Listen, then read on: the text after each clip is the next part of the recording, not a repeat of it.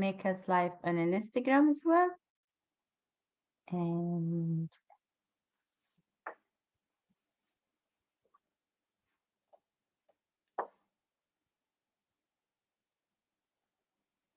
cool. I think we're okay.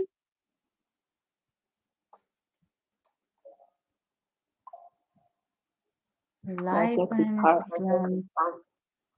And I just want to make sure that we're live on LinkedIn, because that's where most of people are. But LinkedIn is always the slowest one, like a minute and a half.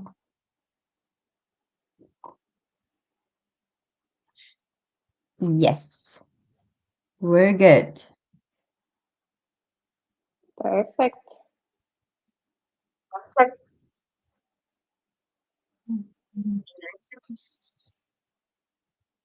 Hello, Nama. Hello, How are Rastan. you? I'm I'm doing so very well. excited for this session. You have no idea how excited I am. Same here. Super happy to meet you, meet your followers. Good. So, Nama, as I said, today we're going to be talking about being an A player, and you are one of the best A player I ever met. We're gonna make it casual. We're gonna talk about a lot of things. We're gonna talk about what you're currently doing. How did you end up where you are? What does an A player means? We're gonna touch on sales for sure. We can't do this Of conversation course. without talking about sales. But we're also going to talk about transitioning from an individual contributor to a manager. We're talking about doing that transition in a very short time of period. And we're also going to talk about what does it means to manage people from different culture, from different age group, from different experience and background. So a lot to talk about today. And I would love to start by saying hi to everyone who's joining us today. Please do let us know on the comments where are you joining from, and feel free to share your questions with us, and Nama will be happy to answer them. And Nama, let's start by you telling people who are joining us today who you are, your background, and what you're currently doing. Perfect. Hey, Razan. Again, very nice to see you after a long time. Hello, guys. This is Niimatolah. I'm a Moroccan woman. I did my studies in Morocco. I got two bachelor degrees, then decided to move to the GCC, specifically Dubai, and look for a job actually because I felt that Dubai specifically is an opportunity for everyone to come and perform and find his way, basically. So, Nama, what are you currently doing? Okay, currently I'm an associate director in Kareem. I'm handling three markets for Kareem, and the vertical that I'm handling is we call it Express. We're operational in UAE, Jordan, and Qatar. KSA, I'm handling UAE, Jordan, and Qatar. And what is your job focus? Like, what do you focus on day to day? Because as an associate director, actually, I lead a team of 12 members, commercial managers, account managers, and operation managers and operation leads. What we do actually is that we sell logistics service. We provide our partners with fleet support, and I have a team from, as I mentioned, operation and commercial, and I'm leading that. Plus, I'm doing the commercial job, supporting my team with sales and all, and that used to be my forte before moving to this position. So, Nama, we're gonna talk about me and you meeting a couple of years back in Carriage. Yeah. before that, you joined Kareem in 2020, and Yep. right immediately after, Yes. right? And you started as a senior accounts manager, and then you moved to a commercial manager, and then you moved to associate director. You did this transition within a period of 3 years. Yes. So I want you to take me and the people who are watching us today. How did you do it? Okay. Perfect. So as you remember, Razan, we used to work together. Then I used to be an senior account manager in the previous company, working with you. Then specifically May 2022, I decided to move to my new company. I started as a senior account manager, and I managed actually. I started in the COVID period, like the peak, where my company have like a phase of layoff. I joined that time, and I had to work for the first 3 months remotely from home. If you remember Dubai restriction, like we were not even allowed to go out, and I had to bring on board accounts, which with a lot of hard work and some luck, some blessings maybe from Allah, I managed to do it. And since then, actually, I performed. I gained my management trust, and I currently handle 3 markets, which I mentioned in the beginning. I started with UAE, and after a year, I was handed over Qatar as well. And very recently, which was in 2024, Jordan was added to my portfolio. So that's how it started, and currently I'm an associate director, like to go through the steps. How did you do it? Because this is a two promotion in 3 years. And today, what we want to talk about is this is for me an A player. An A player is someone who comes to a company in a time, very critical time, where a company is going through a layoff, a very tough time. Um, Yeah. Starting to work on remote, which we never did. There's no face to face with the customers. And you get to come at a time like this, and then you get your first promotion, and then you get another promotion. What we want to share with the people today is your recipe. Like, what's your secret sauce? How do you do? Like, what's your process in doing that? So basically, I don't feel there is a secret. What I see myself doing well is actually my ownership level, to be honest. Because for me to get my first promotion, I had to gain my management trust, which I did by what? By committing to what I used to do, like super high ownership to show the numbers that I was able to bring. Hence, these numbers actually were super visible in our PNL, and that made my management to decide that okay, this girl can play a very big role in enhancing our PNL, bringing new clients. So let us give her the PNL, the UAE PNL responsibility for her to take care of by bringing new clients and managing members, give some of the expertise, some of the commitment, some of the high ownership to the team as well to follow the same flow. So if you ask me like about the recipe, I will tell you the ownership and the commitment. That's how I started.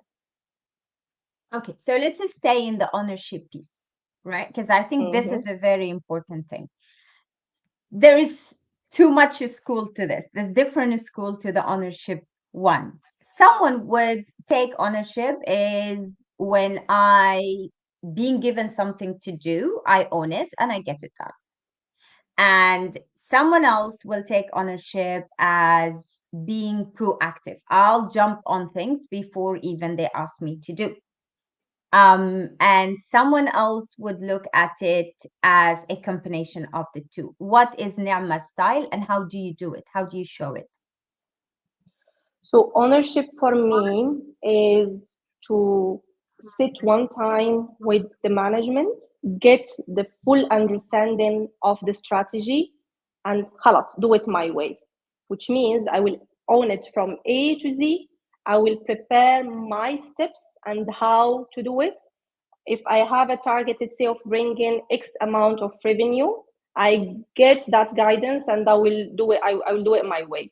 It can require visits, meetings, emails, presentations that I will do myself, as long as I know that the end stage of this, that me delivering what I promised in the beginning of the month or the beginning of the quarter, delivering this amount of revenue to this PNL. So for me, that's ownership. You don't go often to management asking for guidance for the smallest thing. You get the full idea, the strategy to follow, and you build on it your way. Because my way as a salesperson will be for sure very different than Razan's way if she sells, will than Ahmed way, whatever. So how I see it is take the strategy, do it your way, own it, and make sure that you will deliver what you're required to or what you're promising in the beginning. So that's ownership for me.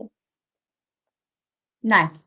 So, Nama, you sat with your management, they told you what's your target, what you're supposed to do, or you understood what's the company objectives and what they are trying to achieve. You come in, you sit, you do your plan, and you start working. What happens if you faced an issue? Like if there is something that's difficult for you to do, or there is a challenge you're facing, how do you manage that? Okay. Yes, that happens a lot. Challenges are every day, like you face them. My way again on here, which is also linked to commitment and ownership. If I'm facing a challenge or any member of my team is facing a challenge and I will need to involve management in supporting me, helping it, first thing will be for me of trying my level best to solve it without even involving anyone. But if that's not the case, then yes, a conversation with management will happen, but it will never be a case of going with a problem and waiting for my manager to find a solution for it. I always go with the perspective of, okay, ABC is the problem. I see that the solution could be ABC, and I recommend XYZ.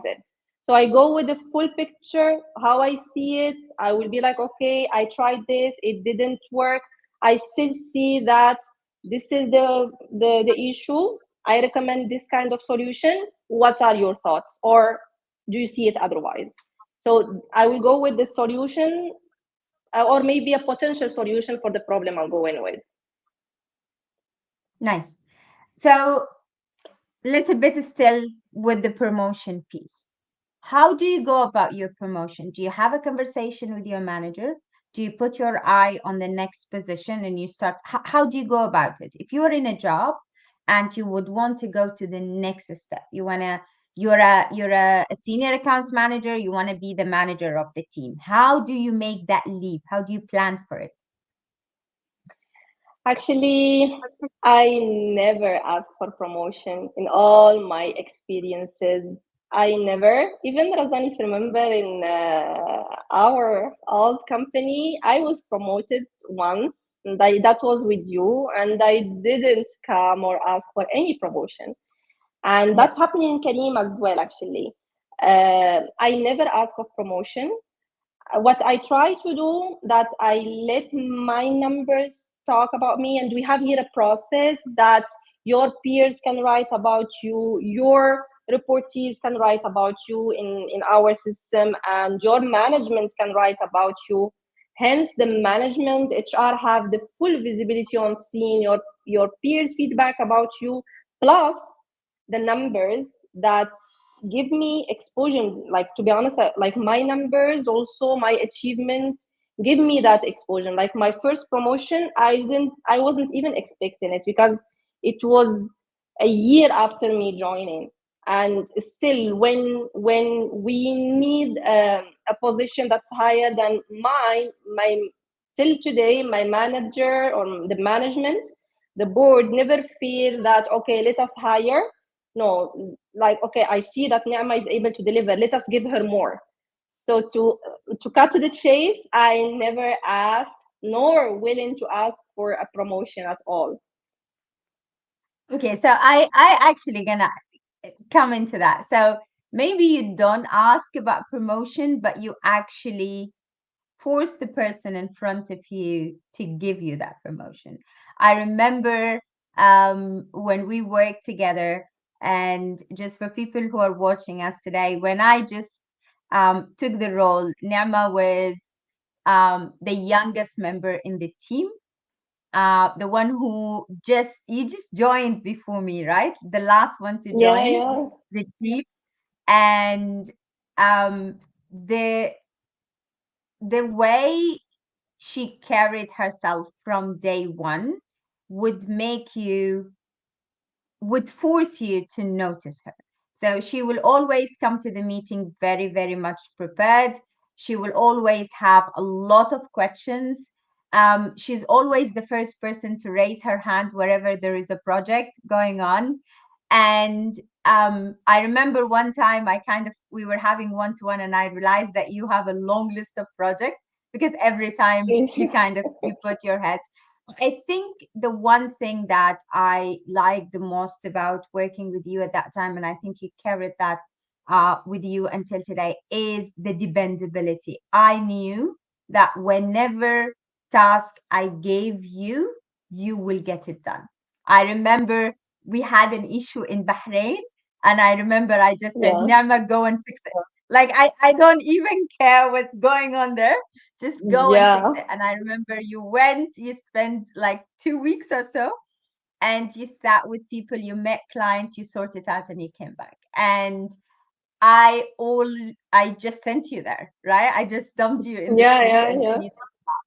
So I think that dependability makes sure that, and every time you prove to the management that you work with that you are able to deliver, it's easy for them to take you to the next level. Nama, being an A player, what does it take to be the top performer in the team? So I will go back to commitment and ownership. Uh, Being an A player for me is, I'm like just sharing my own perspective, my own way. It's not work related thing. Being an A player, it's more of from like from school days, university days. Like I feel that I have a very high ownership, and I commit to the tasks or whatever I have in hand to deliver more than what's expected from me. That's and that lead to becoming an A player even without you thinking of becoming one. No, like if you have a task and you need to deliver it, I just commit fully to it. I focus on it directly, and I have in mind that, okay, this needs to happen, I will do it. I will figure out the how later on, but I will do it. I take the decision, figure it out afterwards. That sometimes, Nama, takes a lot of time and a lot of efforts. It takes a lot. Yes, it does, of So, course. so how do you balance? I want to live my life. I don't want to spend all my time doing all of this stuff, because in business, the more you do, the more task you get. That's also true. Yes, but Razan, that's a decision that you will take. Are you a career focused, or do you want to be 50-50? Hence, you're not looking for managerial levels, not that much learning. That's a decision that the person need to make. For me, I'm a super career focused. I want to grow in my career. I'm committed to it. I'm not saying that I'm not living my life at all. I still do. But when I'm working, I'm committing to it. And I'm always keen to really deliver, because feeling useless in a position or just being there from 9 to 5, it's not me. I'm not there to be in office and do small tasks to get my salary in the end. That's not me at all. I'm always keen to deliver, create impact. That create impact always push me to still go back to an A player, because my target is to create impact. That's the thing. So, and with that, you maybe show or look as an A player. I love the your interpretation of an A player is not just about the job, it's about the person. And it goes back to not only how you do things at work, is it's kind Exactly. of creating your personal brand, that reputation of that person that does things to the dot, high standard. Nama, moving from we're gonna talk about sales, but let's stay on the career piece for a while. Moving from an individual contributor, someone who is fully dependent on themselves, they manage their own time, they do the sales the way they want to do, to being a people manager and managing Yeah. people. Tell me about that transition. Yeah. Actually, that happened maybe 3 years ago with like maybe two members reporting to me, and that came with its challenge. As an IC, خلاص, I checked all the marks. Like, I know what I'm doing. I'm responsible of myself and what I need to deliver by the end of the month, and that's it.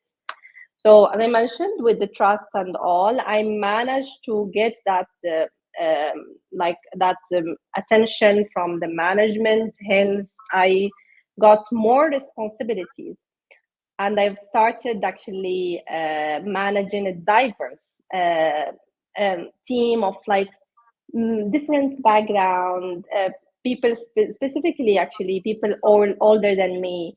And my perspective back then was like, okay, everyone need to be a ni'ma for me. Like, if I'm giving 150%, I need everyone to give 150%. And in first month, that was a failure. Like, it didn't basically didn't work. No one is another ni'ma. I had many and like, I need to give some credit to my manager here, because I went to him here with the problem and being like, this is one of the rare time when I go with no solution. Okay, these are the people that are reporting to me, majority like from different backgrounds. Like, you have South Asia, UK, Arabs, like almost everyone. No Moroccans, but almost everyone, new people. So, and I'm expecting everyone to deliver 150. So, what's the issue? Then I learned from that conversation that it never worked that way. I myself need to learn, which I learned actually 2 years ago, how to modulate my communication style. How, like, the way I will talk to Razan is not the way that I will talk to B, not the way I will talk to C.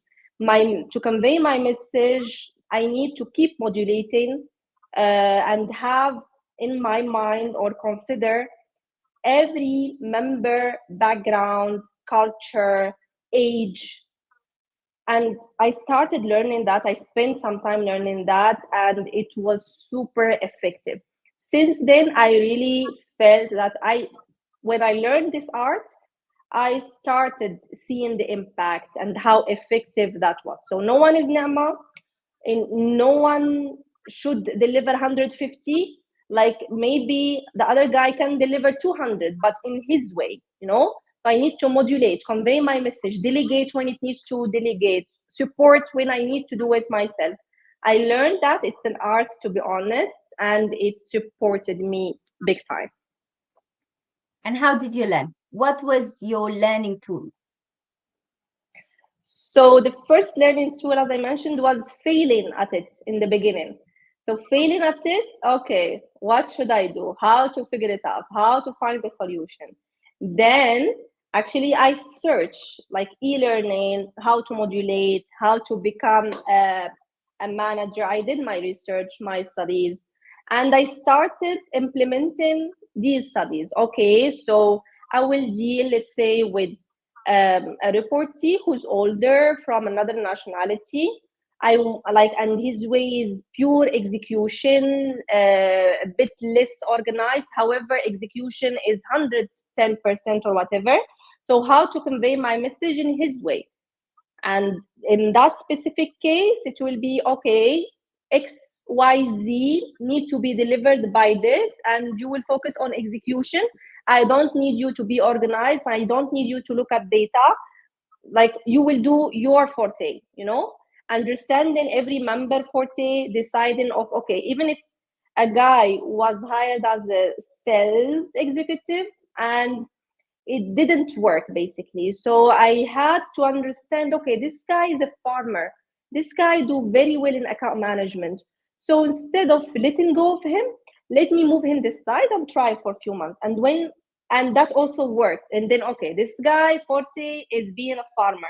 Okay, this guy is a hunter, he used to be in the farming area.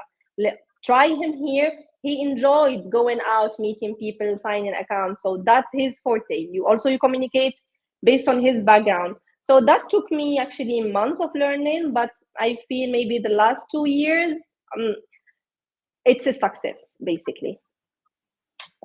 Nice. I love that. And I love seeing you grown into Yeah. this person. So proud of you. Okay, so I want to stay on the relationship piece because I believe that this is what growth in the corporate world is all about. Let's talk. We talked about being moving from an IC to a manager and growing and admitting that failure was your biggest teacher, and you don't see that as a failure, you see it as a growth opportunity, and you feel very comfortable talking about it, and that's brilliant. So I want to talk about managing upwards, managing your manager and managing your manager. This is a very important thing when it comes to growing in a business and all of that. Tell me about that. How do you do it? Okay. So in terms of managing relationship with my manager, or maybe the board, the management, um, that's always a clear communicate. My style is always like a clear communication, um, involving them only when it's needed. When I do my level best to solve the thing and then it won't work, then involving them. Um Again, as I mentioned, never going for a meeting not prepared or not knowing what's going on. And if I go with a problem, I always try to go with my perspective, how I see it, full explanation and suggestion of a potential solution. Like, I always try to be there. Like, I'm hired to support, not to add to the problem. I'm hired to support, to take from their bandwidth, like to support them, give them some bandwidth to do other things. So I'm always keen not to involve them in the serious thing and go only if it's big. Involve them when it's big, getting the guidance, and that's it, figuring it out my way, putting my plans, my strategies. So that's the relationship that I always keep, like, with my managers. What happens if you and your manager do not agree on something? How do you manage that situation? Yes, that happens. Actually, that happens. uh, in a work environment, it always happens. So I go with my approach, my perspective. I will explain it super well. If my manager will have, or will see it otherwise, or will have another perspective of it, uh, he will also share it. And if I believe that my point is correct, I will try to stick to it and convince my manager, let's say. If we decide that, okay, maybe I was seeing it from one angle only, I need to see it from a more holistic view, then I also accept that, okay, I will let go of this idea. I will follow what my manager is suggesting. But if, like, actually, I'm very, as personality, I'm very flexible. I listen, but I always try, if I have a point that I believe on, to put it on the table, you know? So, like, I'm a bit balanced, and I hear that a lot from my manager, to be honest. He also believes that I'm balanced. So I hear, I listen, and I share if I strongly believe that my view is supportive to the case.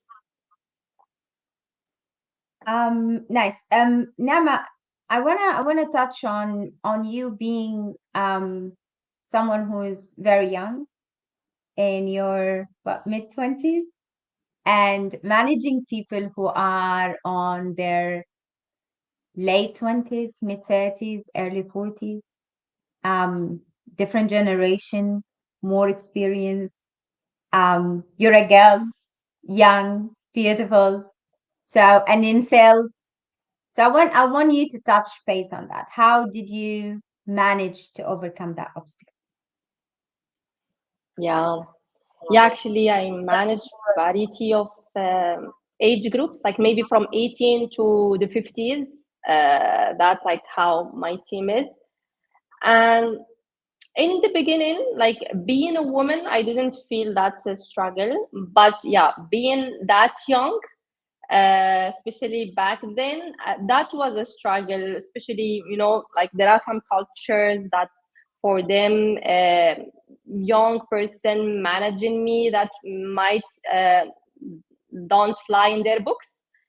How I manage it, because I don't even feel it now, like in the last 2 years. So how it was managed, actually, by maybe explaining my view clearly, listening to my team, actually, and going with their view in some cases. Like, it's never my way or the highway. That's never my approach. I always communicate upwards and with my team members, hear from them. Sometimes they also have smarter ideas than I do, by the way. So I listen to them, I apply sometimes what they say, else I convince them with my view. I give them credit when it's needed. I give them recognition when it's not always bad feedback. I try, I make sure that I give recognition, highlights, good feedbacks when it's required. So my team felt like that I'm an addition. Like, خلاص, the we can say that the age gap disappeared very quickly, to be honest, because I listen to you, you need to listen to me, I respect you, you respect me. So there is no age gap. Like, خلاص, you stop feeling it, and that's how things move now. I really don't even feel it. Good. So let's move to sales, the big game. Yeah. So let's start with what an A seller looks like. Tanama. Okay. So how I do it, basically, and also for the salespeople that are with us on the call, I always try to make sure that I come across as a problem solver, uh, not as a person that has something to sell. That's my main point, because also me, if someone will come to me and really look that he's trying to sell me something, I will not trust him. So I will study that company, I will understand the struggles, I will see even their costs, and if me can support them reduce it, or can support them do whatever with whatever service I'm providing, I will approach them that way. I am a problem solver. This is my proposal. This is how much I can support you reduce your cost or whatever, like my full proposal, and I will be super genuine.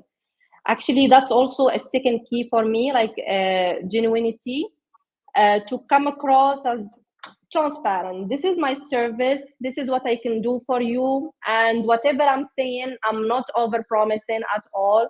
Like I go in a very genuine, transparent way and continue with that person. Like again, that commitment always support me, by the way, even in my university days. Halas, I go that way. Okay, the partner is interested. He will feel that okay, Naama is genuine. Naama is coming to solve my problem. Let me continue this with him, with Naama, let's say, with her. And my third thing will be like, okay, now let me make sure that I will not fail them. I will not just close the deal and disappear. My third thing will be, okay, I have the partner onboarded, so let me be 100% for him. Let me be super present for him. Let me try to be proactive, like to check his portfolio to see if he's facing issues and go to him with solutions. So that ownership, Rizan, that I told you in the beginning, it goes with you basically. Like, خلاص, you started it, you're genuine, you're clear in your conversations, you're a problem solver, and you are super committed to that partner for the full journey, let's say.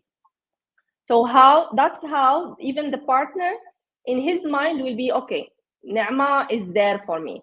And I see like having that reputation in the market will really make you an A player. So now I want you to go back to you being an individual contributor, because I think we have a mix of people who are individual contributors, sellers, and we have sales managers. So we'll come to the being a sales manager and planning as a commercial manager. But let's just stay as an individual contributor seller. And I want to go back to our days in carriage. Maybe it's very similar to B2B, but as a seller, you have a target and sometimes a very aggressive targets. You, for example, had to onboard clients and convince them to sign up for a certain percentage. You also used to have a target for them to spend a certain amount of money with us, and sometimes you need them to do it now. You were always one of the best closer I ever worked with. So first, how do you plan for your month? And also, what is your closing techniques? Okay. So that was way long ago, but I have all the steps in mind. So basically, to answer the first question, how I plan my month, I will get my numbers, my targets. And as I mentioned, like it will be guidance, then go and figure it out. So back then, it was more of like having that number, trying to It's not approach necessarily to be back then, Nama. You could answer from your current thing, but I need the answer from an individual contributor perspective, not a I manager got perspective. you. Yeah. Yeah, that's what I was going to add to. So basically, I will plan my month in a way that, okay, I have hit this number and my business, let's say, is food onboarding or non-food onboarding. I don't like it, depends on the case. Let's say that e-commerce onboarding, just to be out of the topic. So I will prepare my lead list, like my pipeline. Like these are the clients from which I can get high volume. Like I will try minimum, like I will try to not to touch on the small clients that will get me a very small revenue, and touch more of enterprises, big companies from which like I can maybe get 4 in that month, but that 4 will cover like of 110% of what I have as a number. So that's my strategy, like since day one. I prepare myself to have conversations with big enterprises, prepare their pitch, reach out to them, and as I mentioned, the main thing is to reach out as a problem solver. Never come across as someone that's coming here to sell something, and have your conversations, be as much genuine as you can, as much transparent and honest as you can, and it always gets closed. Like I never face a case where I'm super open, I'm genuine, and articulated and clear on what I'm selling, and it's not closed. So maybe the first step, which is approaching or which is pitching and finding the right enterprises, need to be correct. Then things just flow with you being a problem solver, genuine and committed. This is definitely the right way to do it. But what happens when closing these big deals takes longer time? How do I manage? Yes, that also happens, by the way. There are some accounts that are huge and it takes you sometimes 2 months to 3 months to close them. That's why you always need, but not to take a lot from your bandwidth, but you need to have the small guys that you can close in a day or two in parallel, not to focus with them as much, but have them in parallel because they are also in need of that service. So close them in parallel while building for the biggest ones. So we will have maybe something that we call tier three, small guys that you will have in parallel, building, sharing, like giving some bandwidth to them, supporting them. These guys usually close in a day or two. You will have some of the tier two guys that takes maybe few weeks to get closed. That's also fast and support you in the same month, but never missing of the guys that will take 2 or 3 months, but when they come, they will close maybe a 2 months of target. That's the approach. How do, nice. How do you deal with demanding clients? Clients who ask for too much. Um, what do you mean by they ask for too much? Like there is certain clients that they pay a good uh they have like big deals, but they require a lot of maintenance. They always want someone to follow up, they want to be entertained, they always have complaints, they're expecting to get more favor, like high maintenance. How do you deal with them? Calls you in a weird times and they do crazy stuff sometimes. Yeah, we do have that actually. So answering you again as an IC, and then I will answer you as a manager. So as an IC, I I used to entertain them. Like I'm there 100%. I answer calls actually even if it's 9 p.m., 10 p.m., like regardless. That's why I told you, Rizan, that's a choice that you make. Even either if you want to grow in your career or you want to have a super balanced life and 9 to 5 job. That's a choice. So for me, I used to answer, entertain my partners, support them whenever I can, include teams if it's a product issue, if it's I don't know what issue is, ops issue, include teams, be on the top of my things. That's as an IC. That's how I used to handle it. As a manager, actually, I built that in my team. So now, if you see my AMs, they are super active. Uh, how? And the how is very important. Actually, before when the team didn't see their impact in the business, didn't see their presence or commitment impact in the numbers in the P&L, they didn't care that much. That's why I'm super keen of sitting with my team on a weekly basis and sharing with them the P&L results of their own actions. They immediately get motivated to, okay, I missed that, I will do it now, just to see the impact in the P&L that they know that the board see. So having the team super close and having their impact clear in their eyes help them, help getting the maximum engagement from them and being very active with their partners. Nice. I love that. Making them owning that piece of P&L, same like everyone else in the team. Exactly. So, Nama, how do you handle competition between the team member? Yeah, that's also there, especially between the sales people. Sales So people. um, that's why actually I it's there. It will never go, but given the recognition when it's needed, it balance it out, if I can say. Like if you get something or if you get an account which creating more impacts, I will give you the recognition. but I will not forget the colleague that he's in his way with giving this maybe a bit of spotlight as well to that colleague. Like, okay, I know that you are going to that number. I know, I'm there, I'm noticing. So maybe me being a hands-on manager, because I'm hands-on, supports me in seeing who does what and give recognition when it's needed. Nice. So, what is your advice for someone who want to be move from being an IC to a manager? What would you recommend them to do? Okay, so because I learned it from a failure, I will say that you should, okay, you if the opportunity comes your way, because I don't ask for it, but if you show that you're capable of taking it and it comes your way, you take it. You take it and you figure it out. Don't be afraid of that challenge. Yes, it's big.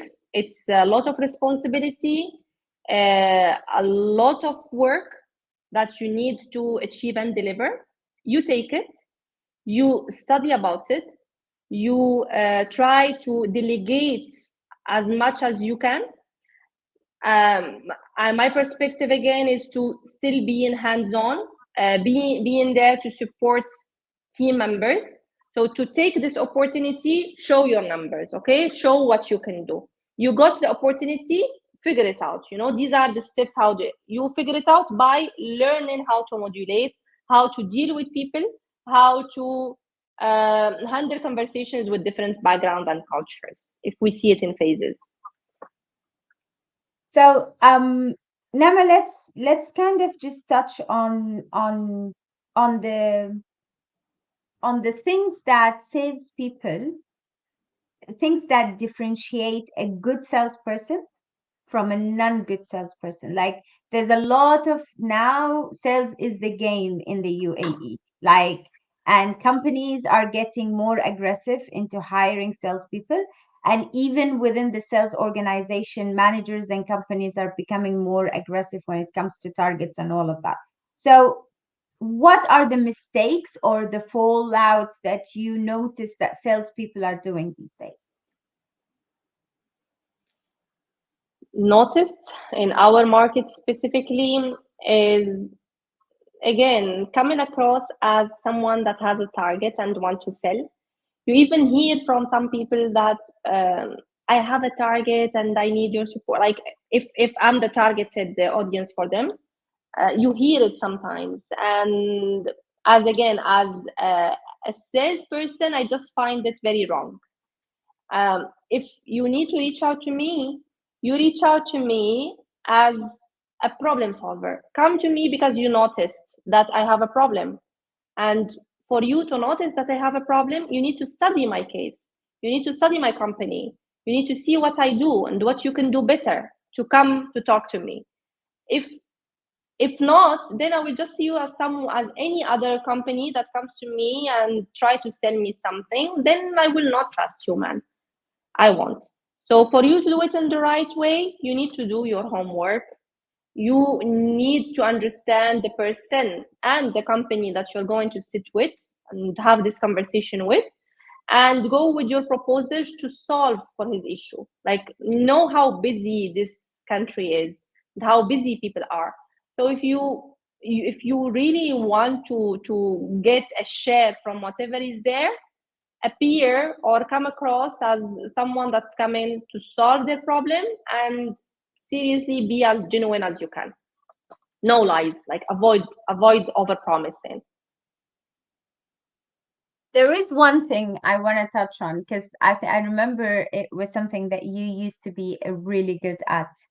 Um, I would come to you and I would say, we want to close that account. Just the name. You don't know the account, you don't know the people.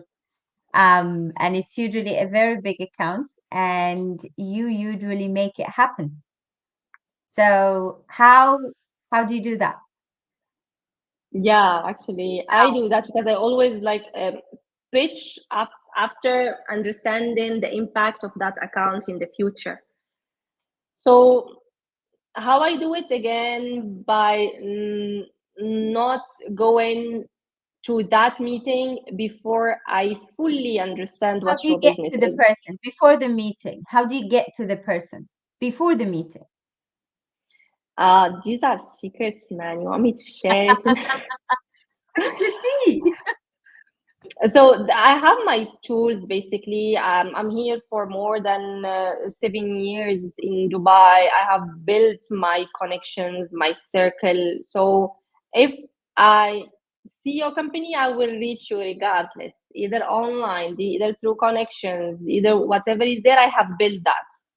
So for people that are recently or going to join Dubai or any other country, I believe, focus on building connection is the key. Like focus on building a picture, a reputation for yourself is the key. So there are plenty of tools also online that everyone can find. But to gain the trust, I really believe on connections. Like connection, how you build connection by doing first, second, third deals, partners, gaining that trust.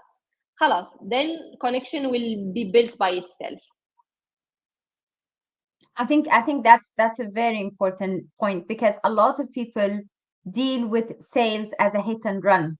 So I want something, I want to sell you something, I'm going to get your number, I'm going to get your email, I'm going to send you a very dry message on LinkedIn that looks like another 100 message I'm getting every day. And I'm just coming across very salesy. And also, a lot of people just reach out to people when they want to do things. And when you have that network, when you did something for me and I trust you as a Nema, and I reach out to you and I say, Nema, I'm looking for this. You did something for me and I trust you. I reach out and I say, I want to reach out to this person. I could see that you're a first connection. Can you get me in touch? They're always willing to help. So I think that's a very important thing that a lot of salespeople they don't actually pay attention Exactly. to. And also it's people focus so much on their direct business, they forget that every business has a complementary businesses to it. So every business has other complementary businesses that they work with, so you need to expand your network to that place. As usual, time flies when we're enjoying the conversation. Nama, work life balance. Um, that's also there, by the way, and even like with all the commitment, all the ownership, and how much career oriented I am. I enjoy my life. I travel a lot. I like I'm able to do it. I have my weekends. How do you do it? Because how I do it by, to be honest, like because I can be anywhere, and if something is urgent, I can just reply to it on my phone. You know, like I can balance it out and not minding supporting, like because these things take minutes. You know, okay, you will not do any sales maybe when you are in your personal life or trying to balance it out, but you can be there while living your life. You know, balance it out. I hear from people that that's hard for them and they just want to switch off and all, but as a person, I don't mind it because I feel that sometimes the reply takes seconds. And but again, there is a key point here, is how, again, it's an art of prioritization, how to prioritize and what to prioritize.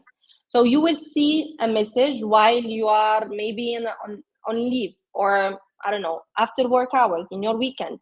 So you will see and you will notice that, okay, this is a Monday thing. You will leave it. There is no harm. Halas, you accept, you know that it's not something to be prioritized, leave it. Sometimes you feel, okay, this is a P0, something that will affect that day specifically. So, man, I need to prioritize this.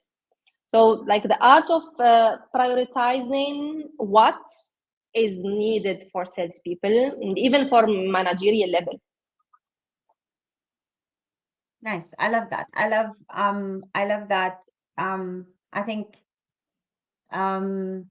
we had a conversation about work-life balance earlier today. I was in a woman entrepreneur workshop, and um, one of the ladies said, balance for me is working for 12 hours, 14 hours for 4 days, and then crash for another 4 days. So it's not the balance that everyone knows, but the balance that we create for ourselves.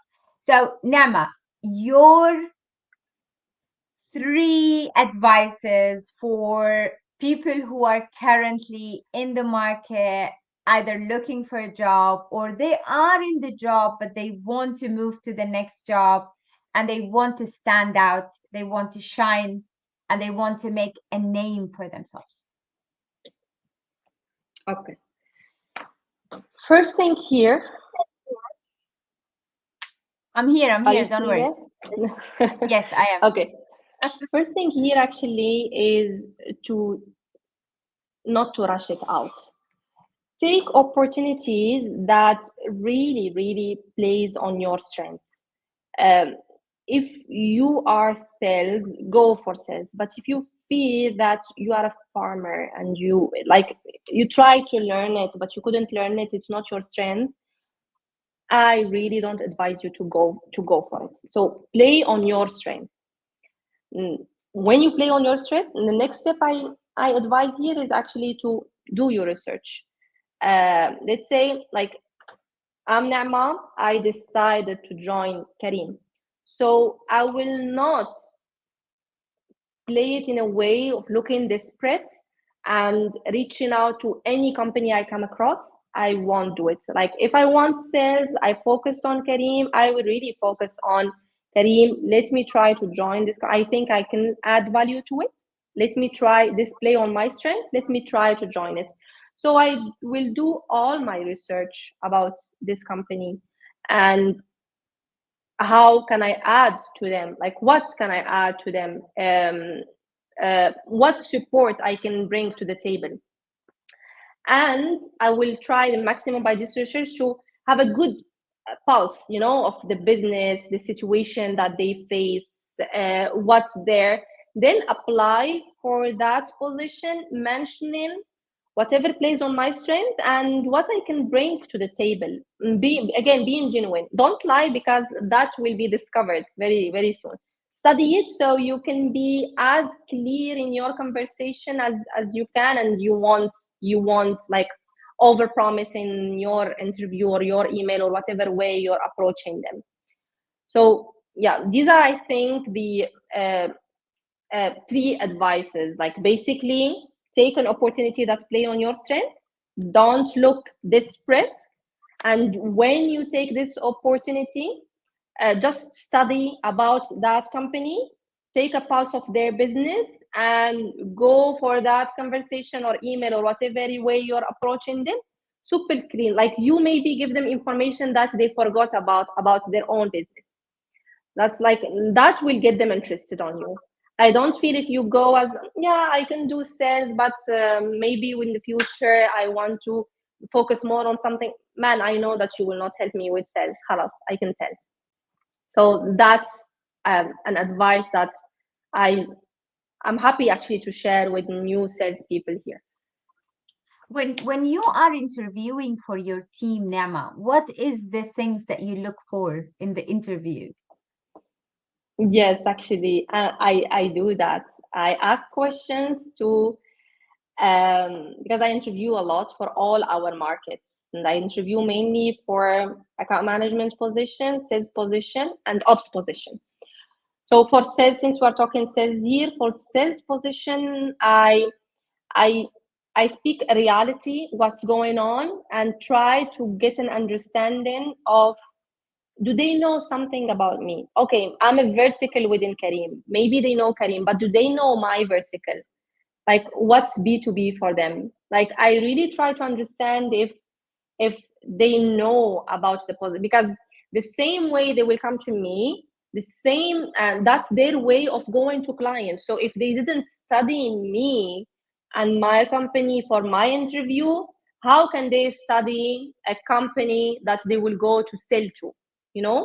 So that's something I really emphasize on. Of course, checking all their experiences and all, but the main thing or the tricky thing that I just emphasize on by giving reality scenarios and all, that helped me big time to take my decision in the hiring process.